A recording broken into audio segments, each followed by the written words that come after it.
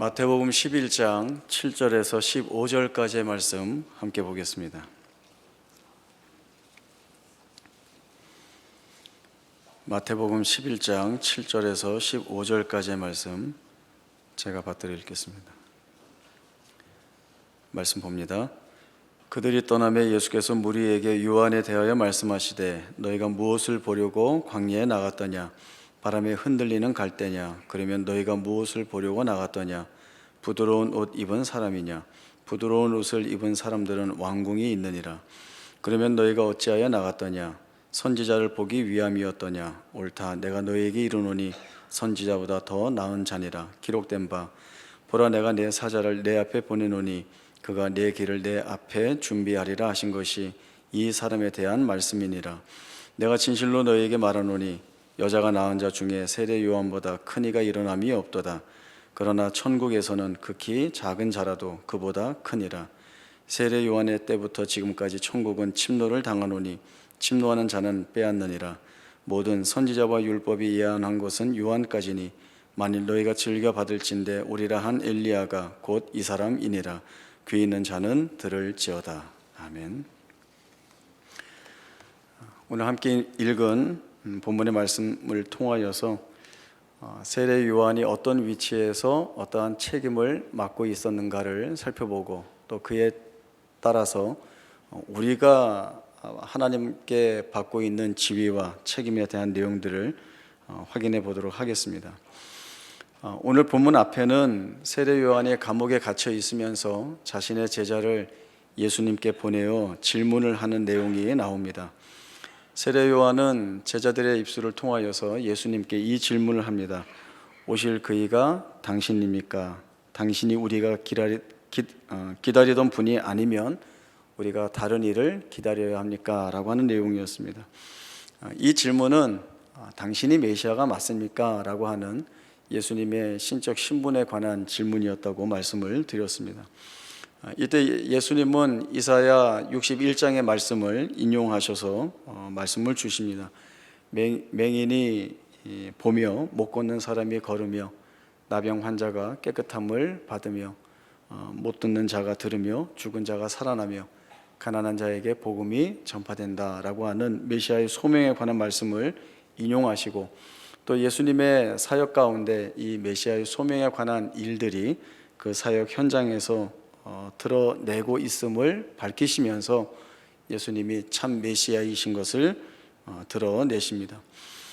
그리고 세례 요한의 제자들이 떠난 후에 남아있는 무리들에게 예수님은 세례 요한에 대하여서 말씀을 주십니다. 예수님의 말씀으로는 세례 요한은 하나님의 말씀을 전하는 선지자이고 또 회개를 외치는 선지자이고 여자가 낳은 자 중에 가장 큰 자입니다. 그러면서 천국에서는 지극히 작은 자라도 그보다 크다라고 하는 말씀을 주시면서 또 한편으로는 세례 요한을 가장 작은 자라고 언급을 주시고 있습니다. 세례 요한이 어떤 지위와 신분과 책임을 맡고 있기에 이런 엇갈린 듯이 보이는 평을 받고 있는가라고 하는 내용을 보기 위해서는 예수님이 하신 말씀에 대한 내용들을 좀 더 살펴볼 필요가 있습니다. 언급하여 인용하신 말라기 3장 1절 말씀 한번 보겠습니다. 구약 성경 맨 마지막 말라기 3장 1절 말씀 보겠습니다. 구약 성경 1329쪽 말라기 3장 1절입니다. 만군의 여호와가 이르노라. 보라, 내가 내 사자를 보내리니 그가 내 앞에서 길을 준비할 것이요 또 너희가 구하는 바 주가 갑자기 그의 성전에 임하시리니 곧 너희가 사모하는 바 언약의 사자가 임하실 것이라. 한 장 넘어가서 4장 1절부터 6절까지 말씀 보겠습니다. 만군의 여호와가 이르노라. 보라, 용광로 불같은 날이 이르리니 교만한 자와 악을 행하는 자는 다 지푸라기 같을 것이라. 그 이르는 날에 그들을 살라 그 뿌리와 가지를 남기지 아니할 것이로되 내 이름을 경외하는 너희에게는 공의로운 해가 떠올라서 치료하는 광선을 비추리니 너희가 나가서 외양간에서 나온 송아지같이 뛰리라. 또 너희가 악인을 밟을 것이니 그들이 내가 정한 날에 너희 발바닥 밑에 재와 같으리라. 만군의 여호와의 말이니라. 너희는 내가 호렙에서 온 이스라엘을 위하여 내 종 모세에게 명령한 법 곧 율례와 법도를 기억하라. 보라, 여호와의 크고 두려운 날이 이르기 전에 내가 선지자 엘리야를 너희에게 보내리니 그가 아버지의 마음을 자녀에게로 돌이키게 하고 자녀들의 마음을 그들의 아버지에게로 돌이키게 하리라. 돌이키지 아니하면 두렵건대 내가 와서 저주로 그 땅을 칠까 하노라 하시니라. 말라기 3장 1절에서 보라, 내가 내 사자를 보내겠다. 그가 내 앞에서 길을 예비할 것이다 라고 하는 것은 분명히 세례 요한을 가리키고 있는 말씀입니다. 또 말라기 4장 5절에서도 보라, 여호와의 크고 두려운 날이 이르기 전에 내가 선지자 엘리야를 너희에게 보낼 것이다 말씀하셨는데, 여기에서도 선지자 엘리야는 세례 요한을 가리키고 있습니다. 왜 세례 요한을 엘리야 선지자라고 이야기하고 있는가라고 할 때 시대적 부르심과 또 맡기신 사역 그리고 주어진 책임이 동일하기 때문에 그렇습니다.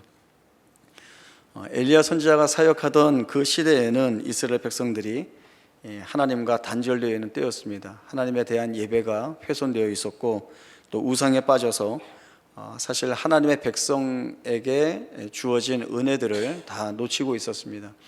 그 갈멜사 사건이 기록되어 있는 열왕기상 18장에 보면 그 갈멜산에 모인 이스라엘 백성들에게 엘리야 선지자가 이 이야기를 합니다. 너희가 어느 때까지 둘 사이에서 하나님과 바알 사이에서 머뭇머뭇하겠느냐. 만일 하나님이 여호와이시면 하나님을 믿을 것이고 바알이 하나님이면 그를 믿어라 라고 하는 이 말을 하게 됩니다. 이에 대해서 이스라엘 백성들이 말 한마디도 하지 못하였다라고 하는 것이 성경이 하고 계시는 말씀입니다. 이러한 말씀들을 통하여서 그 이스라엘 백성들이 얼마나 헛된 자리에 서 있는가를 여실히 보여주게 되고, 열왕기상 18장 30절에서 40절 이하의 말씀을 보면 엘리야가 하나님을 버리고 떠나 있는 이스라엘 백성들을 자신에게로 가까이 불러들입니다. 그리고 그 말씀에는 무너진 여호와의 제단을 수축하였다라고 합니다. 이것은 큰 의미가 있습니다. 무너졌다라고 하는 것은 하나님과의 관계가 깨어졌다라고 하는 것인데, 그 무너진 제단을 수축한다, 수리하고 보수한다라고 하는 것은 깨지고 무너진 하나님과의 관계를 회복한다라고 하는 의미가 그 안에 담겨 있는데, 중요한 것은 이스라엘 백성이 자신들을 정결하게 하거나 아니면 자신들의 결정과 결심을 통하여서 그렇게 바꾸어진 모습을 지니고 나오는 것이 아니라 그 일을 하나님이 하시기 위하여서 이스라엘 백성들을 부르시고 또 가까이 나오게 하시고 만나고 계시다라고 하는 것이 중요한 내용입니다. 엘리야 선지자는 그러한 뜻에서 야곱의 아들들의 지파수에 따른 12도를 취하게 됩니다. 그러니까 야곱이 누군가라고 할 때 하나님이 이름을 바꾸어 주신 자이죠. 이제는 야곱이라 하지 말고 이스라엘이라 하라 라고 말씀을 주십니다. 이 야곱의 이름을 바꾸어 주신 하나님이 누구신가 하면 아브라함과 이삭과 야곱의 하나님이시면서 지금 이 이스라엘의 하나님 되시기를 원하고 계시는 하나님이시다라고 하는 사실입니다.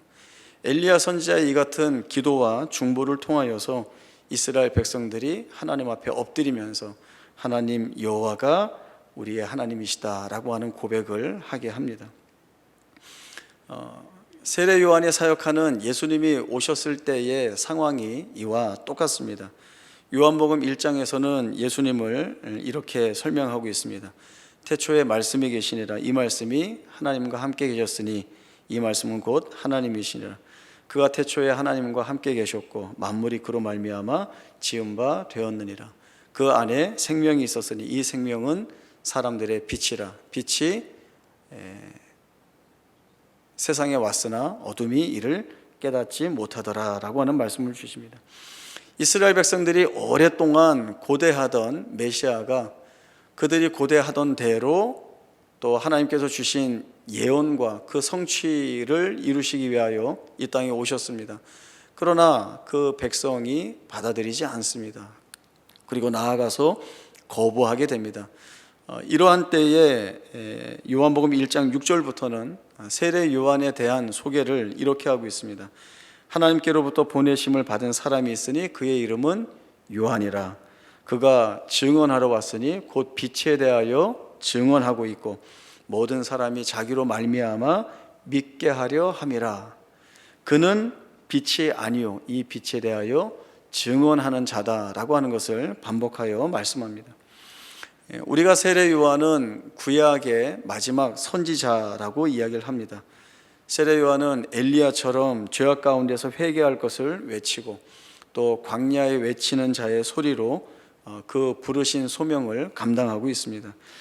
그가 맡은 예비하는 자, 주의 길을 준비하는 자, 또 그 일을 맡은 자로서의 책임은 결코 가볍지 않습니다. 그럼에도 세례 요한이 천국에서는 지극히 작은 자라도 그보다 크다라고 하는 그 평을 받아야 하는 것은 세례 요한의 지위와 책임은 준비하는 자다라고 하는 것입니다.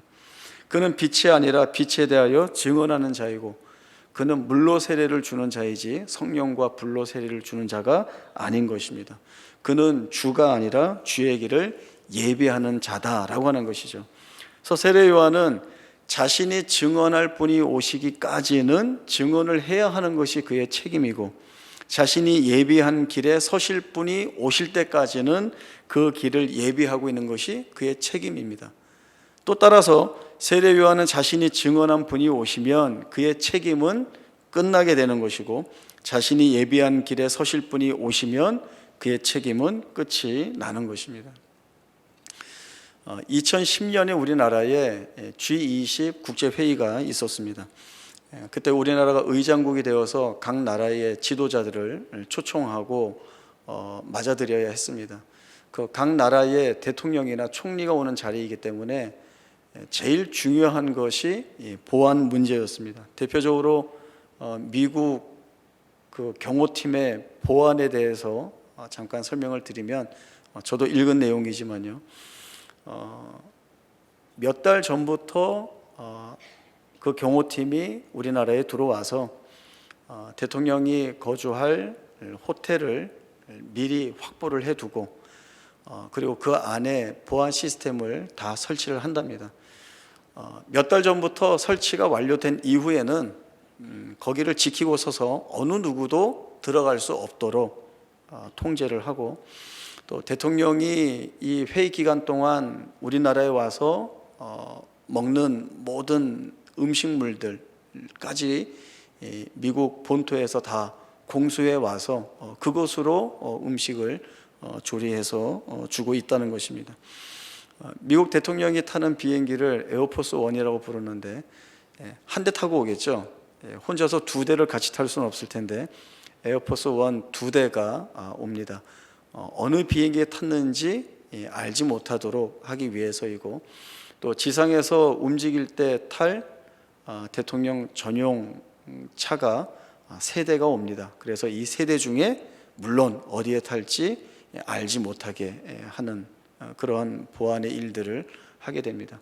그리고 비상시에는 급하게 한 지역을 빠져나가야 되기 때문에 헬리콥터가 필요한데 미국에서 쓰고 있는 대통령이 타는 전용 헬리콥터를 군 수송기에 실어서 갖다 놓는 거죠.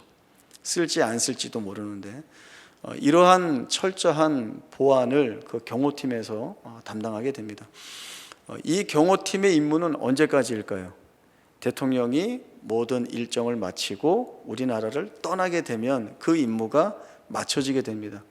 자기 대통령은 떠나갔는데 우리나라의 미국 경호팀이 계속 남아서 동선을 확보하고 어느 중요한 자리를 지키고 있어야 되고 그렇게 하지는 않습니다.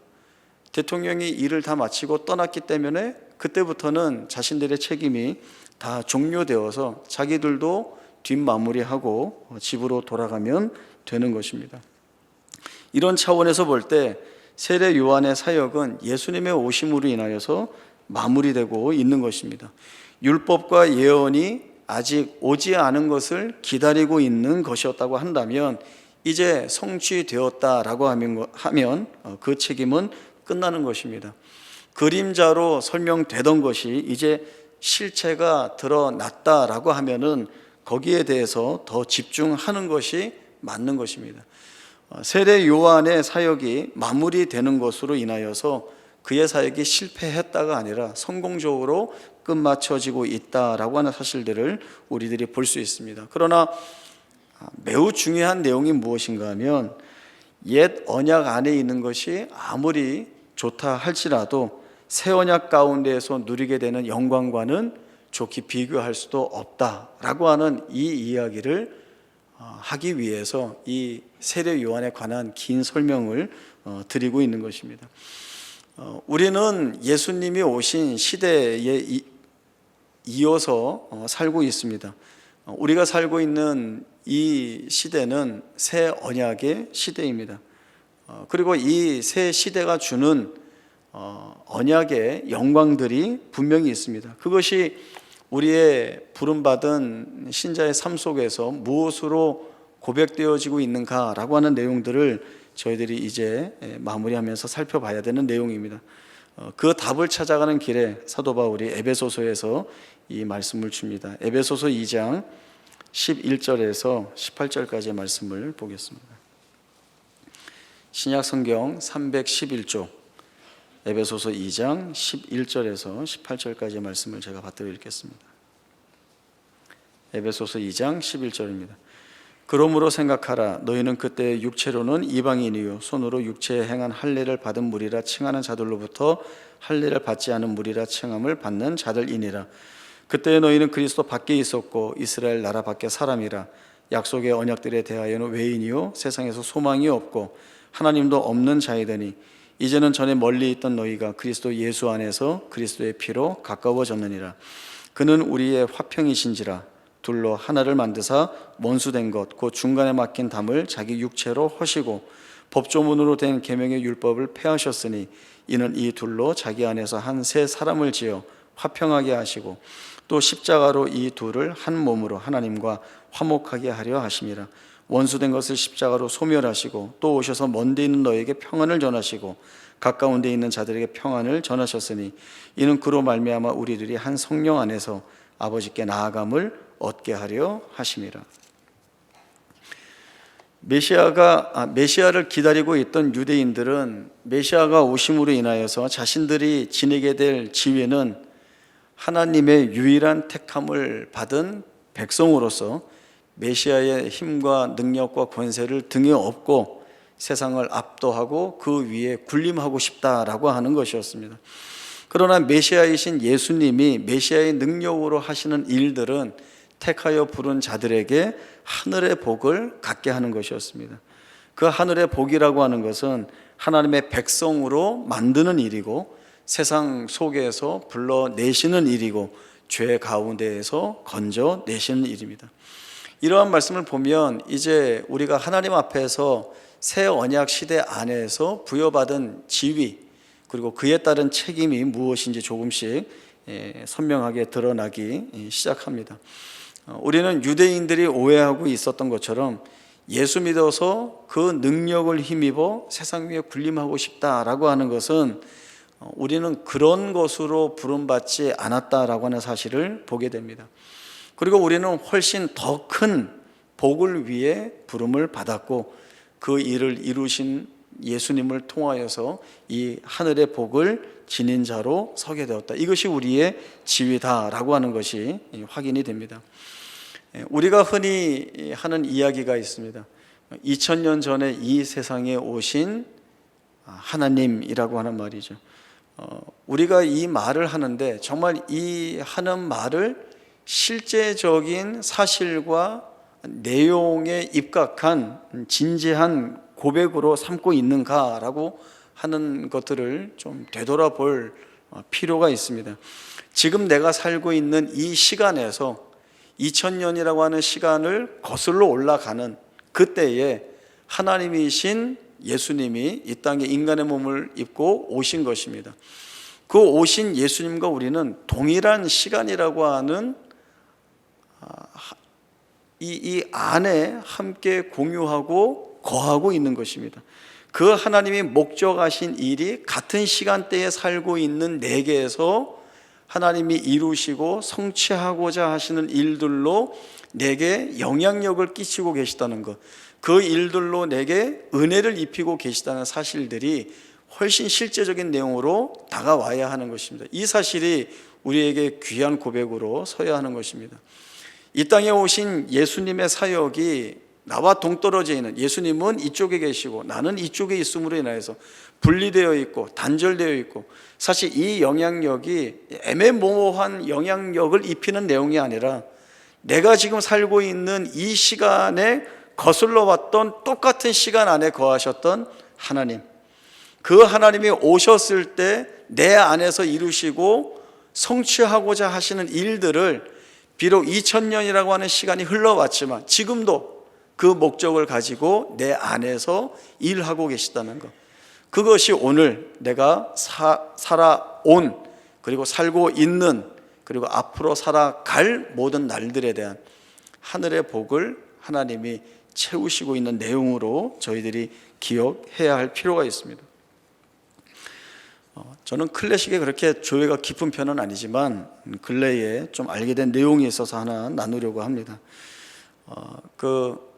첼로 연주자 중에 유명하신 분들이 이제 여럿 있는데, 그 중에 좀 이름을 알만한 사람이다라고 한다면 야노스 스타커라고 하는 분이 있습니다. 그런데 이분보다 그 더 앞선 시대에 파울로 카젤스라고 하는 사람이 있습니다. 이분과 관련된 유명한 일화가 있는데요, 이 카젤스가 한 15살 때쯤 되었을 때 낡은 서점에 가서 이렇게 뒤적뒤적 하다가 그 오래된 악보를 하나 발견하게 됩니다. 그 카젤스의 표현으로면 그 악보를 펼치는 순간 영광스러운 광채가 그 안에서 흘러나왔다, 이렇게 이야기하면서 마치 그 보물을 발견한 것 같은 그러한 그 감정을 갖게 됩니다. 그리고 그 가지고 온 악보를 혼자서 이렇게 연구하고 저렇게 연구하고, 그 연구한 모양대로 이렇게 연주해보고 저렇게 연주해보고 해서 한 12년 동안 그 곡을 혼자서 연구하고 연주하고 합니다. 그렇게 12년이 지난 후에 공개석상에서 이제 그 연주회로 발표하게 되는데, 그 곡이 무엇인가 하면 바하의 무반주 첼로 모음곡이다라고 하는 것이죠. 사실은 그 바하의 무반주 첼로 모음곡은 카젤스에 의해서 불후의 걸작으로 세상에 드러나게 되었다라고 얘기해도 과언이 아닐 정도입니다. 근데 이 카젤스가 음악에 대해서 뭐라고 얘기했는가 하면, 음악은 나에게 있어서 바다와 같은데 나는 그 속에서 그 무한한 의미도 모른 채 그저 헤엄치는 작은 물고기에 불과하다, 이렇게 이야기를 했습니다. 이 말이 너무 멋있어서 제가 좀 이렇게 곱씹어 봤습니다. 바다. 우리가 바다라고 하면 태평양, 대서양, 오대양, 북극해, 남극해, 이렇게 간단하게 우리식대로 나누고 있지만 지구의 면적의 70%를 차지하는 이 거대한 바다의 작은 물고기라고 한다면 정말 보잘것없고, 또 그 작은 물고기가 이 바다라고 하는 실존 자체가 지니고 있는 거대함을 전혀 알 수 없을 것이다 라고 하는 것이죠. 그래서 저는 거기에서 하나님의 무한하신 은혜 속에 내가 잠겨 있는데, 그 하나님의 은혜됨의 그 무한함, 그 거대함을 내가 모르고 살아가고 있는 존재는 아닌가라고 하는 그러한 생각을 해 보았습니다. 우리가 세상 속에서 부름받은 복된 존재로 물론 우리가 살아가고 있지만, 또 그 살아가고 있음으로 인하여서 우리가 실제적으로 겪어야 되는 어려움들도 분명히 많이 있습니다. 살아가면서 한숨 쉴 일들도 많이 있고, 또 마음 아프고 슬퍼할 만한 일들도 많이 있고, 제일 큰 불안하고 두려운 것은 내가 어떻게 해볼 수 없는 일들이 우리의 살아가는 날 동안에 이런 모양 저런 모양으로 너무나 많이 다가온다라고 하는 것이죠. 그러한 일들은 실제적으로 내게 고통이 되고 어려움이 되고 마치 거부할 수 없는 큰 돌과 같이 내 삶을 짓누르는 절망 그 자체가 되곤 합니다. 우리가 유대인이 지니고 있었던 메시아 사상을 붙잡고 있다면 빨리 힘을 가져서 이걸 다 풀어버리고 다 해결해버리고 다 떨쳐내서 떵떵거리고 싶은, 내 맘대로 하고 싶은 그러한 마음들이 있겠지만, 하나님은 우리가 붙잡혀 있는 이 모든 것 안에서 하나님의 일을 하시는 분으로 우리를 만나고 계시기 때문에 그런 나를 성경에서는 하늘의 복된 존재라고 말씀을 하고 계시는 것입니다. 우리가 묶여있는, 그래서 아무것도 할 수 없는 것 같은 자리가, 우리가 보는 대로 우리가 묶여있거나 그래서 아무것도 할 수 없는 자리가 아니라 거기에서 우리를 복된 존재로 삼으시고 세우시고 만들어내시는 하나님의 일하시는 현장인 것을 새 언약의 시대에 하나님의 백성으로 부름받고 있는 모든 자들에게는 분명하게 주어진 그 지위요 신분이다라고 하는 것을 오늘 이 말씀을 통하여서 저희가 보게 되는 것입니다. 이로 인하여서 하나님은 나를 통하여 복된 자의 증언을 가지고 있는 자로 살아가기를 원하고 계십니다. 십자가가 겉으로 볼 때에는 죽음의 자리인 것 같지만 하나님은 그 자리에서 생명을 만들어내시는 자리로 삼으신 것처럼 우리가 겪는 고난이나 고통의 자리가 오히려 하나님의 부르심을 입은 복된 백성임을 증명해내는 자리로 삼고 계시다는 것들을 오늘 저희가 놓쳐서는 안 되는 것입니다. 내 삶의 증언을 통하여서 하나님이 드러나는 통로로 하늘의 복된 존재로 나를 삼고 계시다는 것, 나의 고백을 통하여서 하나님의 일하심이 오르시다라고 하는 것을 증언하고 증거하기 위하여서 나를 하늘의 복된 존재로 삼으시고 계시다는 것, 그 일에 부름받고 있는 내 생애가 얼마나 복된가라고 하는 이 고백 또한 스스로 우리에게서 받아내시고자 하시는 하나님의 의도가 우리의 삶 가운데 채워져 있다는 사실을 저희들이 분명히 기억해야 하는 것입니다. 우리는 내가 하나님을 믿고 있지만 내 삶은 왜 이리도 힘들고 어려운가? 왜 이런 절망들이 나를 떠나지 않고 있는가? 도대체 풀 수 없는 어려운 문제처럼 줄줄이 엮어지는 이 일들로 인하여서 도대체 이런 일들이 어떤 의미를 지니고 있는가라고 하는 그러한 불명한 질문 앞에 하나님은 우리에게 너희는 세례 요한의 지위와 신분을 훨씬 뛰어넘는, 성경에서는 그가 주의 길을 예비하는 자이고 광야에 외치는 자의 소리고 엘리야 선지자와 같은 능력을 지닌 자이고 여자가 낳은 자 중에 가장 큰 자이고 그와 같은 자가 없다고 얘기하지만 천국에서는 지극히 작은 자라보다 그보다 크다라는 말씀을 주심으로 인하여서 새 언약의 시대에 들어와 있는 우리가 훨씬 더 큰 복된 존재이고 또 하나님의 은혜를 은혜됨으로 확인할 수 있는 그 복이 주어져 있는 생애인 것을 오늘 세례 요한의 생애와 비교해서 우리에게 은혜로 주시는 말씀들을 살펴보게 된 것입니다. 성경이 말씀하는 하늘의 복이 우리의 삶과 고백을 통하여서 증언되어져야 할 것입니다. 그리고 이 증언의 삶은 결코 두려운 삶이 아니라 하늘의 복된 존재로서 지위에게 주어진 내용이기 때문에 풍성한 것이고 넉넉한 것이고 그래서 두려울 것이 없는 것입니다. 때를 따라 돕는 은혜를 얻기 위하여 담대히 주의 보좌 앞에 나아가게 하시는 은혜가 우리에게 있다라고 하는 사실을 놓치지 마시고 늘 담대한 모습으로 새 언약의 시대에 가장 복된 존재인 것 같은이 아니죠. 복된 존재이죠.